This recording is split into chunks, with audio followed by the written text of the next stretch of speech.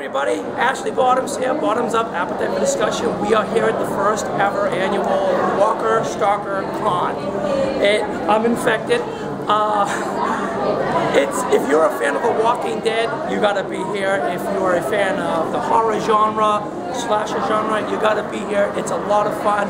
I've already been walking through, I'm having a great time. A lot of stars here, a lot of celebrities, a lot of vendors. We're going to bring you some interviews, we're going to bring you some photos of the event and what makes this event worth coming to. So stick around, I'm going to take you around to the Walker Stalker Con 2014. Pull the trigger now, end me, mark me for the kill. Like I marked your hands, your feet I spilled, all your blood flowing deeper to suffocate the sin till I drown in you again. We are here with the comic book men, Ming and Brian. I am so psyched to meet you guys. I'm a big fan of the show. Thank you.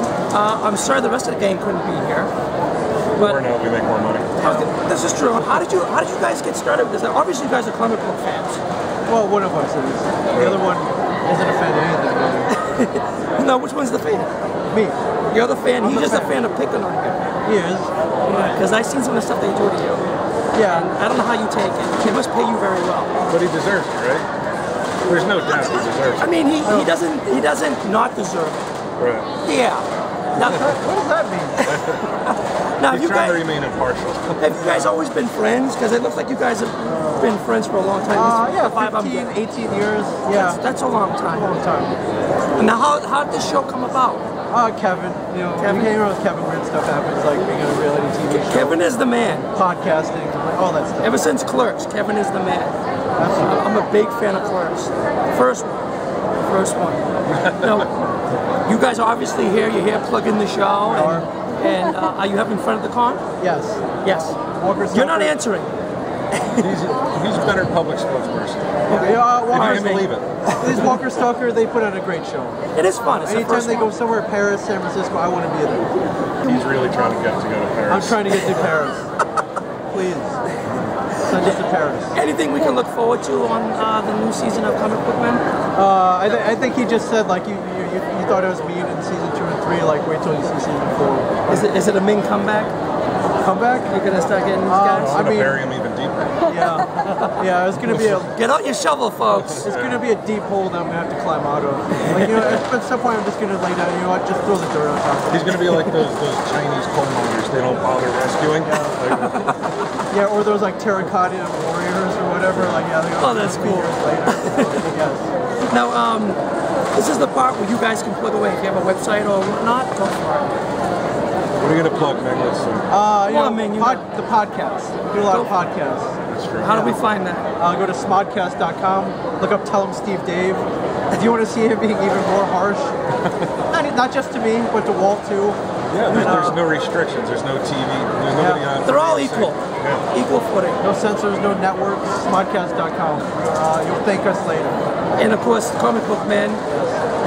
What is it, Sunday? Every Sunday coming back, October, Walking Dead comes back, season 4. AMC.com. Check it out. I'm with Tom Morga. You actually had the honor of playing Jason Voorhees in Friday the 13th Part 5, A New Beginning. And he wasn't the real Jason. You actually, I guess you and I were talking, you said you played both Jasons. Well, I was in Friday the 13th Part 5, which is a copycat killer, but during the movie they have flashbacks, and there's a couple of pictures.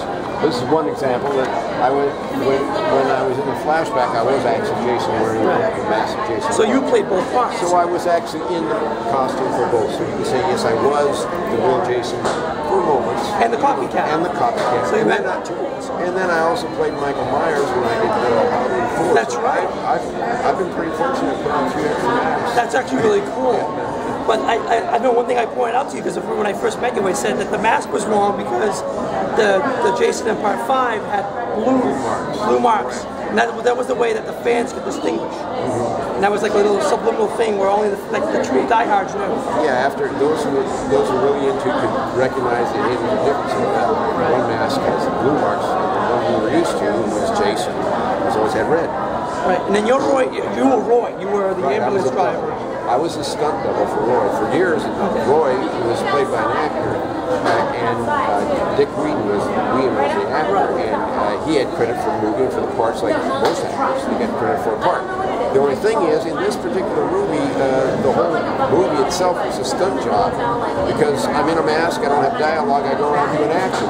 So he did the first scene, I did all the action, and he did the last scene, he was laying there. Yeah, he's laying. So he gets mad, and then he's laying there, and the rest is you. Yeah. Let me ask you, out of my pure curiosity, what was the favorite part about playing two iconic slasher film characters? They had to be something that really got you pumped. That's something that made you feel good about it. I like action. I like doing that kind of stuff. When I did Jason, I did more good because only half of Michael Myers, and I got to do more things as Jason. And you know, I broke through a door, I threw a guy through a window, I got hit by that front loader. And right. So probably had a little more fun on. So just getting tossed around as Jason Voorhees and Michael Myers. That's what a stunt guy likes to do. Now, if people want to get to know you more or look up any of your work, is there a website we can go to? Tom Morgan. TomMorgan.com? Yeah, and you can look for me on IMDb.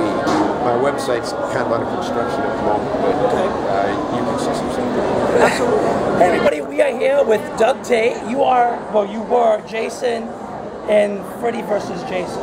Yes, I did the ending of the movie. Okay. Ken Kirsinger did most of the movie, and then I did the ending scene, which was a reshoot, because originally when I auditioned, they were considering me for the role. Okay. And then they were shooting in Canada. I'm from LA, and Ken Kirsinger came in to interview for the role of Jason. Or not for the role of Jason, for the stunt coordinator. Okay. And the director, Ronnie Yu, took one look at him and said, "Man, how tall are you?" And he offered him to play Jason. So when they came back for reshoots, I ended up doing the reshoots in LA as Jason. So I got to step behind the mask, not for the whole film, but I got a piece of the Friday 13th. You got some of that in, yeah. You know. You're in that lexicon. Exactly. Of being Jason, even if it's for a short I'm in the family. The fans still want to meet you, which is good. Yeah, that's awesome. Thing, yeah. I mean, you think about it, he's been around for like 35 years. No, it's amazing. I mean, how cool is that? Being a kid and seeing him, and then all the, inside the mask playing him, Yeah. It's what I gotta ask, what is your favorite part about playing this iconic character? I think my favorite part was the fact that not only do I end the movie, but I'm in Freddy vs. Jason, which is the only time they've crossed these two iconic characters. And growing up, to be honest with you, I was a Nightmare on Elm Street fan. Me too. So working with Freddy Krueger, Robert Englund, somebody who scared the crap out of me, who defined one of the godfathers of the slasher genre. Honestly, like Robert Englund is Freddy Krueger. They couldn't do a remake without Robert Englund, which they did. They tried, but it just wasn't the same. It doesn't work. You can't have it.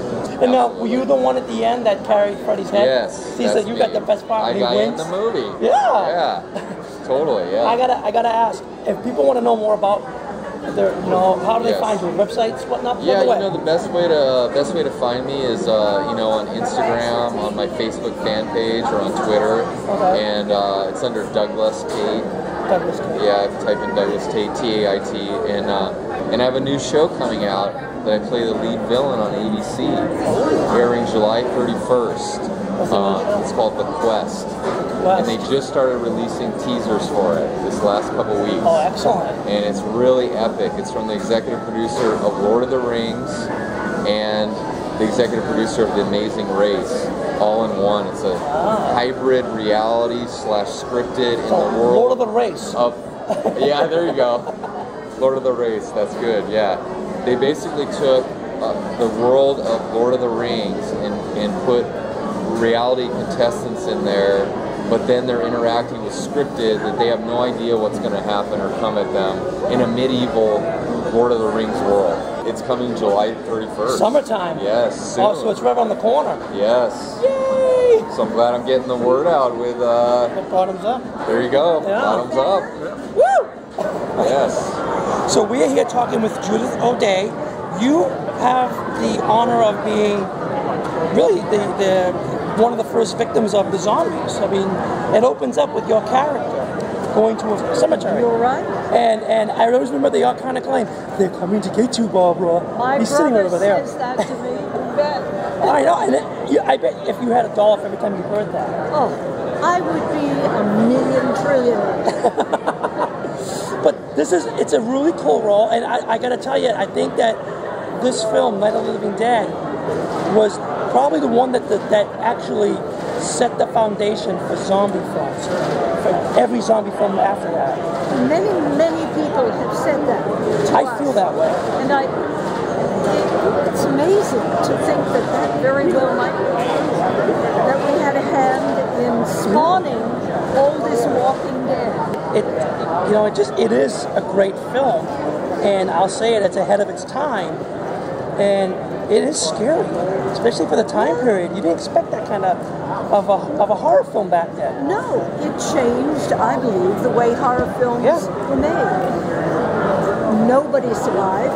Now in horror films up to that point, somebody survived. Even today, somebody still survives. Somebody still survives for the most part. And back there in 1968, to have a black man and a white woman not make any big deal about race was, to me, one of the most wonderful things. It's groundbreaking. Oh. For the 60s, definitely. Yeah. But to have the dead come back to eat the living was something that was unheard of. Well, remember, back then, you didn't see somebody take intestines and literally chomp and devour them. Right. You never saw that kind of thing. That was groundbreaking. Now, there were many things in the film that were totally different. Because most zombie films I saw, like from the 50s and stuff like that, usually are like, when they say zombies, it's usually someone under mind control. This wasn't mind control. This was somebody who recently died and came back, and I believe it was from a comet.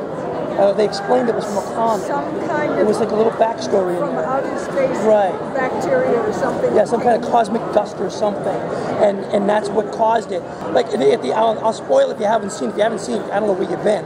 But at the end, you saw your brother, and he came back and got you. You bet. And that was one of the most frightening scenes for me to film. It was terrifying. Even though you knew it wasn't real, it was terrifying to be pulled out amongst a whole bunch of people that were just all those hands. Oh, yeah. I always like the part because at the beginning when he's saying they're coming to get you, Barbara, and he really was coming to get you. You bet. And everybody's thinking, what is going on? He didn't know it at the time. Right. He was joking with you, and you're like, oh, stop it. He can hear you. He's really coming to get you. And it's like, that's the part. That's when you realize you're on a roller coaster ride. This is not what you're used to.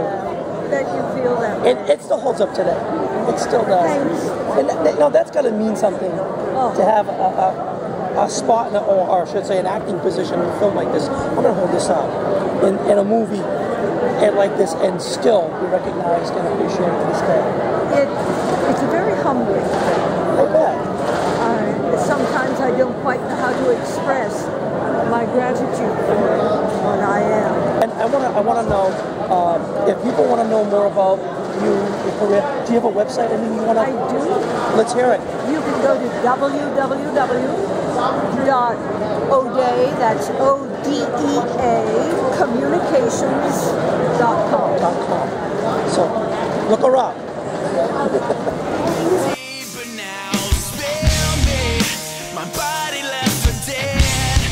I pierced your side until it bled, and the blood flows freely. It fills me till I say that there's nothing left of me. Hi everybody, that is the show, the Walker Stalker Con 2014. If you like what you saw, I'm putting the website on the screen for you. Tell them Ashley sent you. They love hearing that. It's a great event, so much fun, so much going on. You got to check it out. Bottoms Up, Appetite for Discussion, live every Wednesday, 7 p.m. live, Eastern Standard Time on the Gagoda Network. As always, keep your enemies close. Keep Ashley closer. Until next time. Bye.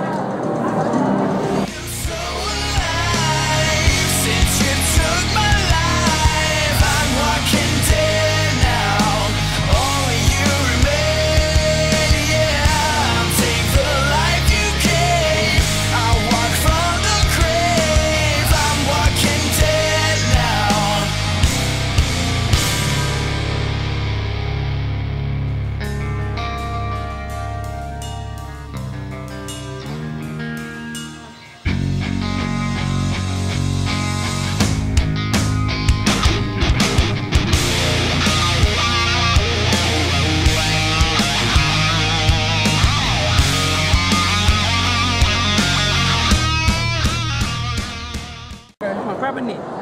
Grab a knee. Oh, look at I'm like I've never heard that table. before. Oh, is that how we're starting this now? Well, it is fun picking on him. It is fun. It's natural, right? It feels very natural.